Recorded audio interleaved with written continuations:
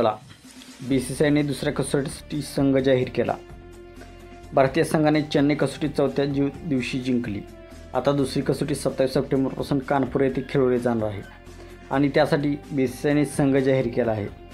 पहिल्या कसोटीत रोहित शर्मा, विराट कोहली व लोकेश राहुल या सिनियर खेळाडूंना अपयश आले. त्याचवेळी रविचंद्रन अश्विन, रवींद्र जडेजा, ऋषभ पंत, शुभमन गिल व यशस्वी जायस्वाल यांनी दमदार कामगिरी करून दाखवली.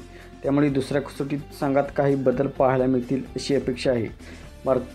भारताने चेन्नई कसोटी चौथ्या दिवशी जिंकल्यानंतर BCCIने संघ जाहीर केला आहे.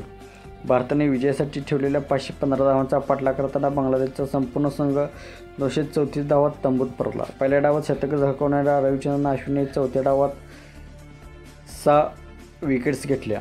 शुभमन गिल व ऋषभ पंत यांनीही भारताच्या दुसऱ्या डावात शतकी खेळी केली होती. रवींद्र जडेजाच्या अष्टपैलू कामगिरीने योगदानही या सामन्यात राहिले. T20 वर्ल्ड कपनंतर विश्रांतीवर जसप्रीत बुमराह मैदानावर उतरला आणि त्याने चांगली कामगिरी केली. पण आगामी महत्त्वाच्या मालिका लक्षात घेता बुमराहला दुसऱ्या कसोटीत विश्रांती दिली जाऊ शकते असा अंदाज आहे.